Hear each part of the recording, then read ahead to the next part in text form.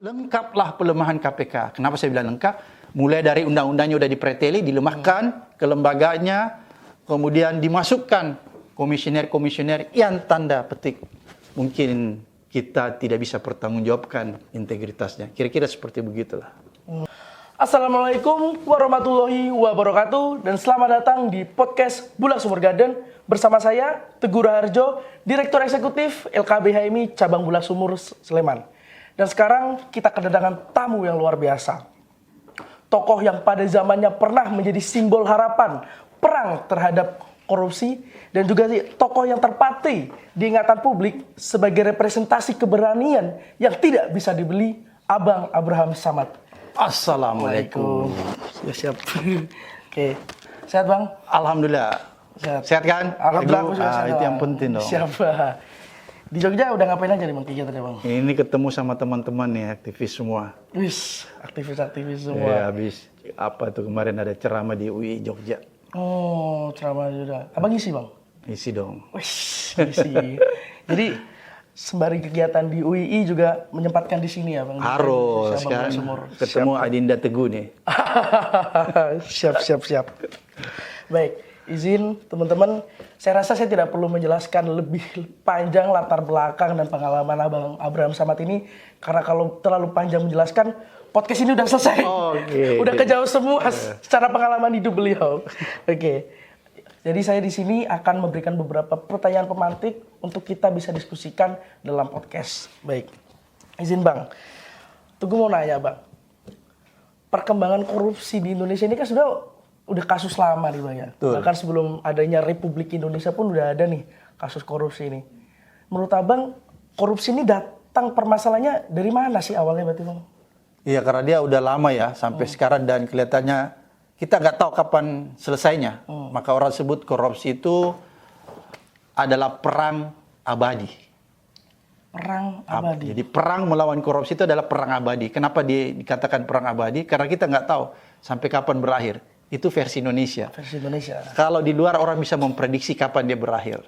Pertanyaannya kemudian muncul, kenapa di Indonesia kita agak sulit memprediksi korupsinya sampai kapan? Iya. Karena memang sifat korupsinya itu berbeda dengan korupsi yang ada di luar ya. Kalau di luar sana korupsinya itu sifatnya kasuistis. Kasuistis. Oke. Kalau di Indonesia sistemik. Jadi sistemnya yang rusak. Oke? Berarti ada pembiasaan ya, Bang? Iya, terjadi kayak biasa aja. Karena dia sistemik, maka dia disebut kalau dalam teori-teori korupsi itu namanya state capture corruption. State capture corruption. Oke, apa tuh state capture corruption? Yaitu korupsi kebijakan, regulasi.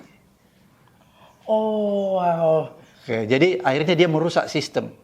Ya. Jadi bukan ngambil duit gitu. Jadi ibaratnya begini, ada sekelompok orang. Sekelompok orang itu mempengaruhi kekuasaan legislatif maupun yudikatif untuk mengeluarkan kebijakan-kebijakan, regulasi atau undang-undang yang menguntungkan kepentingan kelompok tertentu. Itu Indonesia punya korupsi begitu. Itulah state capture corruption. Apa produknya? Produknya misalnya undang-undang Minerba, undang-undang Cipta Karya. Itu produknya semua tuh. Makanya kalau kita lihat undang-undang Minerba, itu kan nggak berpihak kepada rakyat. Cipta Kerja nggak berpihak kepada rakyat. Banyak sekali undang-undang tentang susunan DPR, MPR, apa gitu lagi, tata tertib. Semua itu nggak berpihak kepada rakyat. Itulah yang disebut state capture corruption, sehingga korupsinya itu menjadi sistemik. Gitu. Maka karena itu dia sulit diberantas. Karena masuk tataran birokrasi. Iya, makanya dia menjadi abadi. Perlawanan kita terhadap korupsi itu menjadi abadi. Oleh karena itu ini PR-nya lebih berat. Beda kalau korupsi yang sifatnya kasuistis, itu PR-nya agak ringan. Makanya kalau ada anggota DPR yang asbun, asal bunyi, yang menyatakan bahwa Indonesia itu harus mencontoh misalnya Korea Selatan. Atau apa kayak yang dia kasih contoh, bahwa yang didahulukan itu pencegahan. Nah, itu namanya asbun.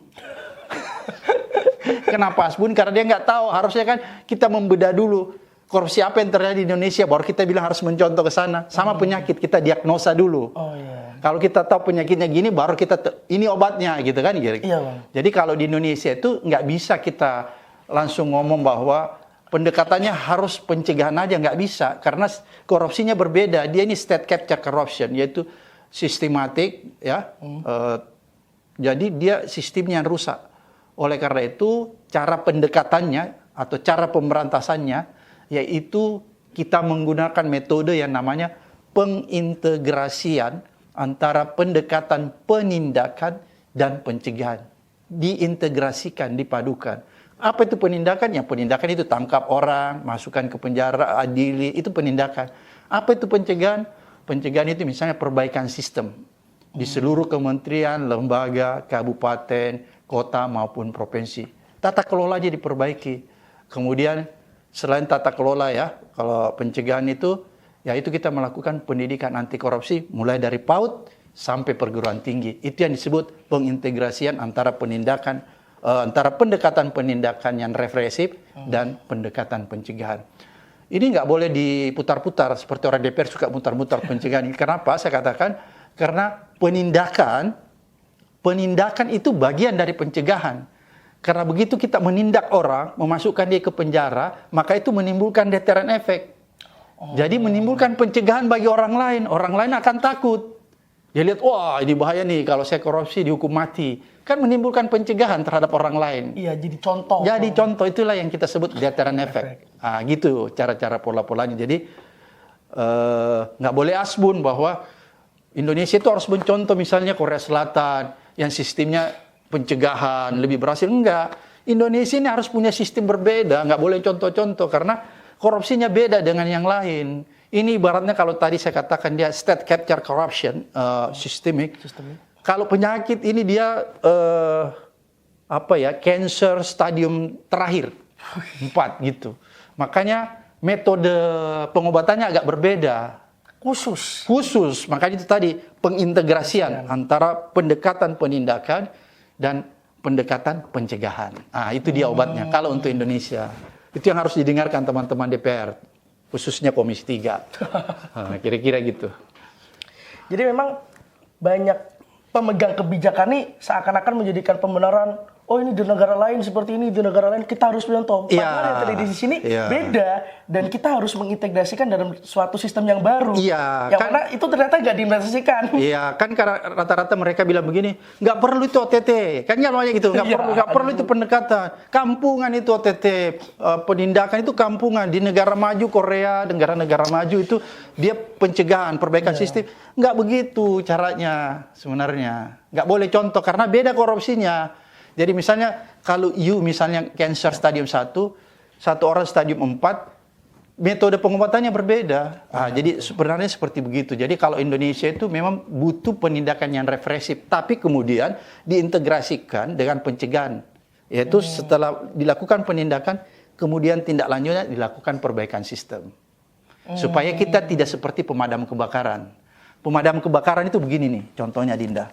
Ada gedung nih, kebakaran. Ini datang dia memadamkan api, selesai pulang. Itu sistem pemadam kebakaran.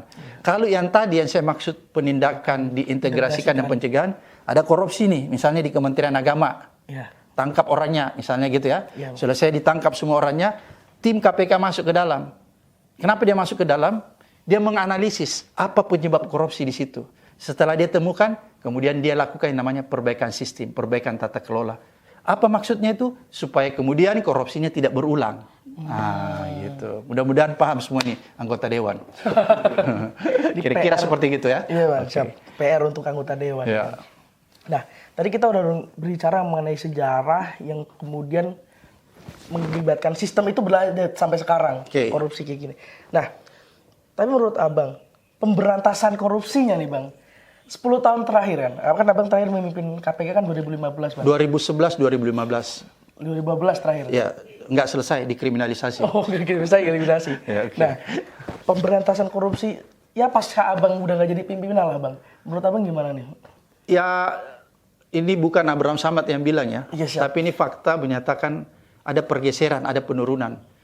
Atau boleh dikatakan orang mengatakan dengan bahasa sarkasme, pemberantasan korupsi menjadi lemah. Kenapa lemah? Itu kan pertanyaan. Karena memang undang-undangnya sudah dipreteli. Jadi tahun 2019 kita kenal dengan reformasi di korupsi. Itu kan ada revisi undang-undang KPK. Kemudian dari hasil revisi Undang-Undang KPK itu bukannya menguatkan, seharusnya kan revisi menguatkan, tapi ini dia justru melemahkan KPK. Kenapa melemahkan? Karena yang tadinya di undang-undang sebelumnya eksistensi atau kelembagaan KPK itu adalah menjadi lembaga yang independen sifatnya, keberadaannya. Dia terbebas dari kekuasaan eksekutif, legislatif maupun yudikatif. Itu undang-undang lama. Kemudian setelah dilakukan revisi di Undang-Undang 19, itu secara eksplisit dinyatakan bahwa lembaga KPK adalah bagian dari rumpun eksekutif. Karena dia menjadi bagian dari rumpun eksekutif, maka secara kelembagaan ya, dia tidak menjadi independen. Walaupun kemudian ada pasal berikutnya yang menjelaskan bahwa dalam menjalankan tugas penegakan hukumnya dan tupoksinya dia tetap mandiri dan independen. Ya betul, tapi secara kelembagaan dia sudah tidak independen. Kalau secara kelembagaan dia tidak independen, maka dia bisa diintervensi oleh presiden. Eksekutif kan dia rumpun di bawah eksekutif. Paling bawah. Makanya itu kenapa dia menjadi melemah karena begitu. Karena ketika dia sudah menjadi rumpun eksekutif, pegawainya pun diharuskan menjadi pegawai negeri, ASN. Makanya kemarin Anda pernah dengar tuh ada yang namanya tes wawasan kebangsaan, TWK, untuk mengetes kembali pegawai KPK, kemudian yang lulus dijadikan pegawai negeri, yang tidak lulus ditendang keluar, gitu kan? Itu kan tes abal-abal yang dilakukan oleh Firly Bahuri. Kenapa dia lakukan tes abal-abal? Ya, karena kan ini undang-undangnya udah dipreteli nih. Tapi dilihat nih, wah ternyata masih di dalam masih ada orang-orang yang masih ada yang idealis. Belum sempurna nih pelemahan. Kan mau disempurnakan nih pelemahan, makanya undang-undang kita sudah sempurnakan. Gimana nih caranya? Kita singkirkan nih orang-orang yang punya integritas, yang kayak Novel dan kawan-kawan 57 orang. Wah, kita bikin tes wawasan kebangsaan. Karena memang diharuskan oleh undang-undang. Tapi kemudian tes wawasan kebangsaannya dibikin abal-abal. Kenapa abal-abal? Sengaja menyasar orang-orang tertentu untuk supaya ada dalil untuk menyingkirkan mereka. Kira-kira seperti gitu ya. Akhirnya dan berhasil. Ke-57 orang ini disingkirkan. Saya tahu betul itu 57 orang Adinda. Karena kenapa saya tahu? Saya pernah memimpin KPK. Saya tahu siapa mereka itu. Dan kurang lebih ada kira-kira 20 lebih. Ya itu berasal dari polisi sendiri. Novel itu polisi dan ada kurang lebih 20 orang. Waktu zaman saya itu dia udah keluar dari polisi. Dan menyatakan menjadi pegawai tetap KPK. Masa orang begitu nggak bisa lulus tes wawasan kebangsaan padahal dulu waktu daftar Akpol sudah lulus? Kan aneh, itu namanya TWK, tes wawasan kebangsaan abal-abal versi Firly. Diperlengkap.